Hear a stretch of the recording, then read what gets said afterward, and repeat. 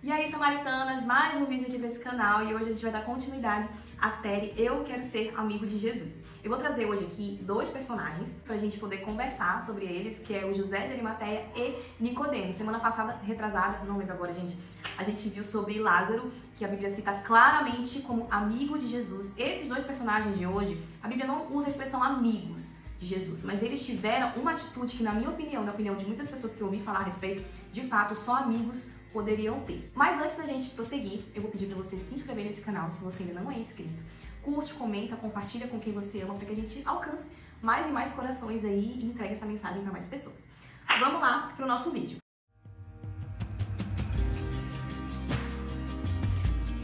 Vou começar lendo a passagem que para mim é a principal, que fala a respeito dessa ação, né, desses dois discípulos, desses dois amigos de Jesus. Todos os evangelhos falam sobre isso, mas eu escolhi João porque para mim, na minha opinião, assim, é o melhor que descreve essa ação. João capítulo 19 diz assim, verso 38 até o 42. Depois disso, José de Arimateia, que era discípulo de Jesus, ainda que ocultamente, pelo receio que tinha dos judeus, rogou a Pilatos que lhe permitisse tirar o corpo de Jesus. Pilatos lhe permitiu. Então foi José de Arimateia e retirou o corpo de Jesus. E também Nicodemos, aquele que anteriormente viera ter com Jesus à noite. Foi levando cerca de 100 libras de um composto de mirra e aloés. Tomaram, pois, o corpo de Jesus e o envolveram em lençóis com aromas, como é de uso entre judeus na preparação para o sepulcro.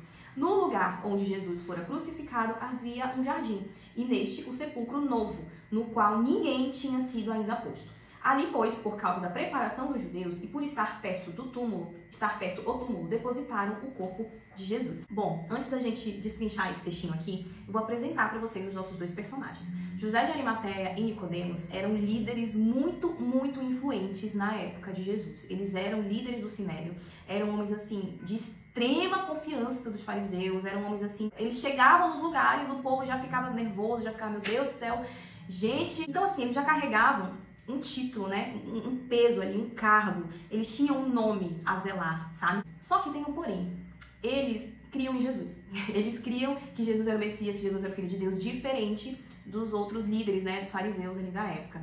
Então isso para eles era algo assim que, acredito eu, né, que conflitava muito, porque eles eram homens de muitas responsabilidades ali na igreja local, ali no Sinédrio, e eles estavam sendo confrontados, começaram a acompanhar Jesus ali de forma secreta, né, e eles criam que Jesus era o Filho de Deus, eles criam que Jesus era o Messias, eles tinham essa promessa e eles sabiam que Jesus de fato tinha vindo para cumprir a promessa que os judeus até hoje, né, esperam. Mas viviam secretamente, a Bíblia fala isso de forma bem clara. Eu fico imaginando os discípulos, né, os discípulos mesmo ali, Pedro, Tiago, eles deviam olhar para José e para Nicodemos e assim, poxa cara, esses caras acham que eles são o quê, né? Porque a gente largou tudo para seguir Jesus, larguei meu emprego, larguei família e caramba, acompanho Jesus aqui, tô no perrengue com Jesus e tal. E eles deviam olhar para o José e para o Nicodemos e assim, cara, saem daí, vocês estão em cima do muro, né? Tipo assim, por que vocês têm medo? A gente largou tudo, por que vocês não largam? Gente, isso aqui é Giovana, barra, parêntese, Giovana, tá? Porque a Bíblia não fala isso, né?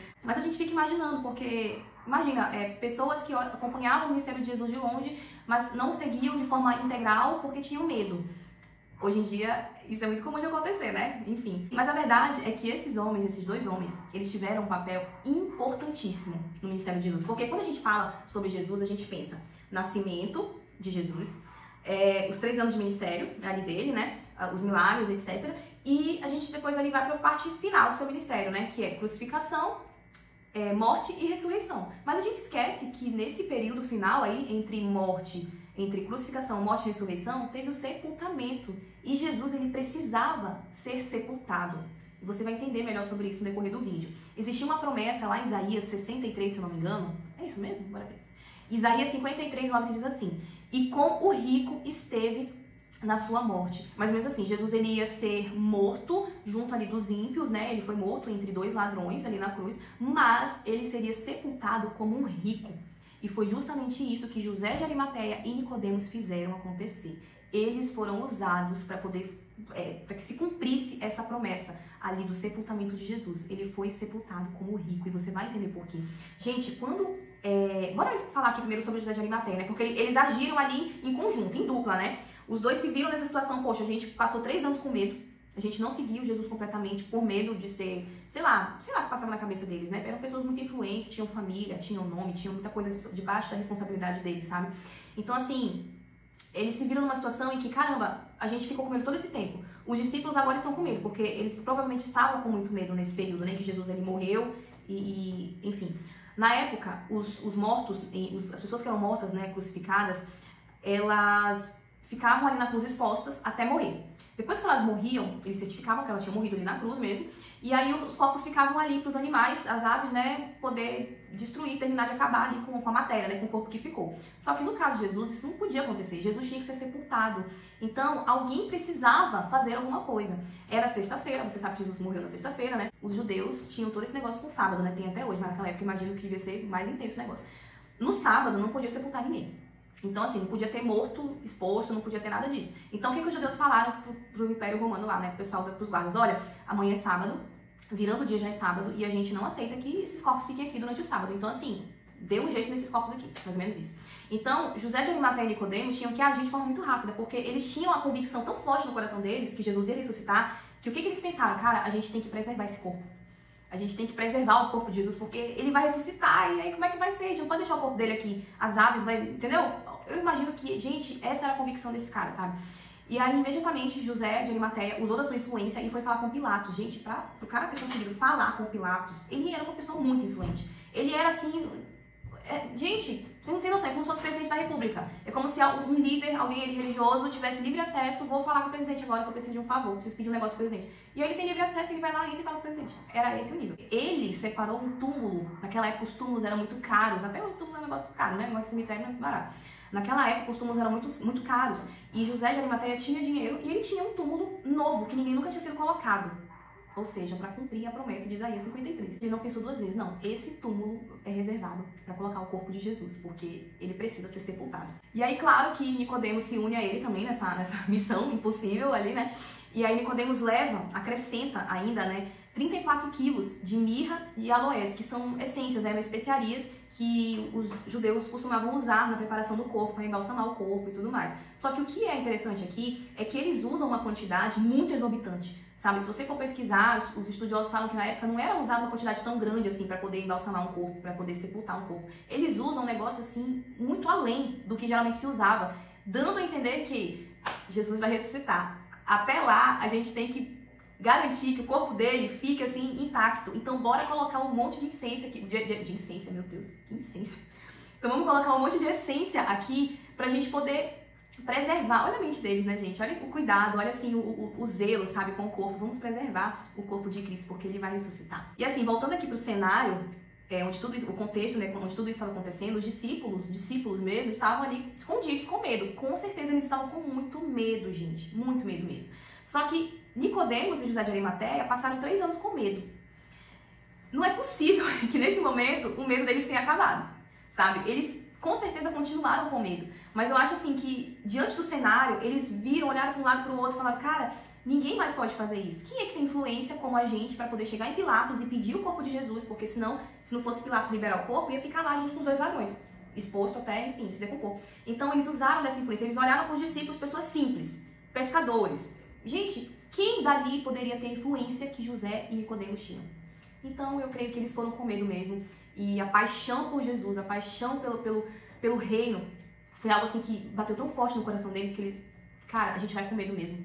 Aconteça o que acontecer, a gente vai ter esse último ato de honra, de reverência, de, sei lá, de paixão, de amor, de zelo com o corpo de Jesus. A gente vai fazer esse trabalho, assim, né, que ninguém quer fazer, ou que ninguém podia fazer, mas a gente vai fazer, a gente vai dar o nosso melhor. Eu vou dar o que eu tenho de melhor, eu vou ofertar ali as minhas riquezas, né, eu vou usar a minha influência política, eu vou usar o meu poder aquisitivo para poder prestar a última homenagem, a última honra a esse homem que eu tanto amei, mas que eu rejeitei por medo durante 3 anos aí do ministério dele. E assim, como eu falei, eles eram discípulos secretos, ocultos de Jesus, né? Eles eram pessoas que acompanhavam de longe o que Jesus fazia. Eu imagino que o coração deles ficava assim muito ansioso, sabe, muito triste, porque eles queriam acompanhar Jesus, eles queriam viver tudo aquilo. Eles não foram escolhidos como discípulo, né, de Jesus, nominalmente, oficialmente falando, mas eles foram tão importantes quanto os discípulos, porque eles agiram em um momento em que ninguém podia fazer nada,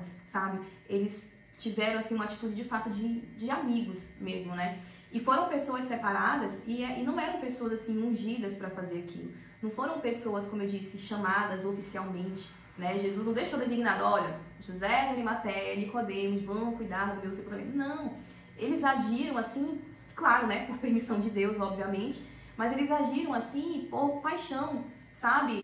Eu vou fazer, talvez seja o meu último ato, sabe, de honraria a Jesus, eu vou fazer. E Deus usou 2 homens que não tinham sido separados oficialmente como discípulos, né, não eram os ungidos, ali apesar de serem líderes do Sinédrio e tal, mas de um contexto ali de evangelho de Jesus, digamos assim, né, de ministério de Jesus, não eram separados para isso e tal, acompanhavam o ministério de Jesus ali de longe, né, com o coração cheio de, talvez, de vontade e desejo de estar ali com Jesus, mas por uma série de fatores, por medo, a Bíblia cita muito isso, não se posicionaram, mas tiveram a oportunidade de fazer algo extremamente relevante, que é o sepultamento de Jesus. Então, Deus usou 2 homens influentes, com dinheiro, com posição, para poder cuidar, para poder zelar, para poder guardar o corpo de Cristo. Foi uma missão difícil, que custou dinheiro para eles, não esqueça disso, porque foi muito dinheiro. Se você pesquisar a quantidade de mirra, de aloés, é muito dinheiro, sabe? Custou dinheiro, custou, consequentemente, o cargo que eles tinham ali no Sinédrio, e eles entregaram tudo isso. Eles renderam tudo isso para poder cuidar, para poder zelar do corpo de Cristo. Que privilégio, que honra esses homens tiveram, que oportunidade que eles tiveram, gente. Foi uma missão difícil, porque quem é que quer mexer com o defunto? Gente, Jesus estava morto. Jesus estava morto. Quem é que tinha essa disponibilidade, sabe, de poder ir lá, brigar pelo corpo de Jesus, falar, sabe, reivindicar o corpo de Jesus e pegar com todo cuidado e levar especiarias e perfumar o corpo de Cristo, sabe? Então, assim, que honra, que privilégio esses homens tiveram, né? E eu tenho certeza, assim, que para eles eles zeraram a vida deles, né? A partir desse momento, assim, dessa ação. Eu fico imaginando esse momento, assim, deles embalsamando o corpo de Jesus, sabe? O corpo ali de Cristo e trazendo para nossa realidade. Quantas vezes o Senhor nos pede algo, né? Poxa, em prol do meu corpo, em prol do corpo, né? Que é a igreja. E a gente às vezes fica cheio de dedinhos, assim, tal. Ah, não, e tal, não sei o quê. Porque a gente se limita a muitas coisas, né? Mas a verdade é que em muitos momentos você vai precisar fazer coisas difíceis em prol do corpo de Jesus. São Timóteo que tá preso no quarto. Você vai precisar fazer coisas difíceis em prol do corpo de Cristo, sabe?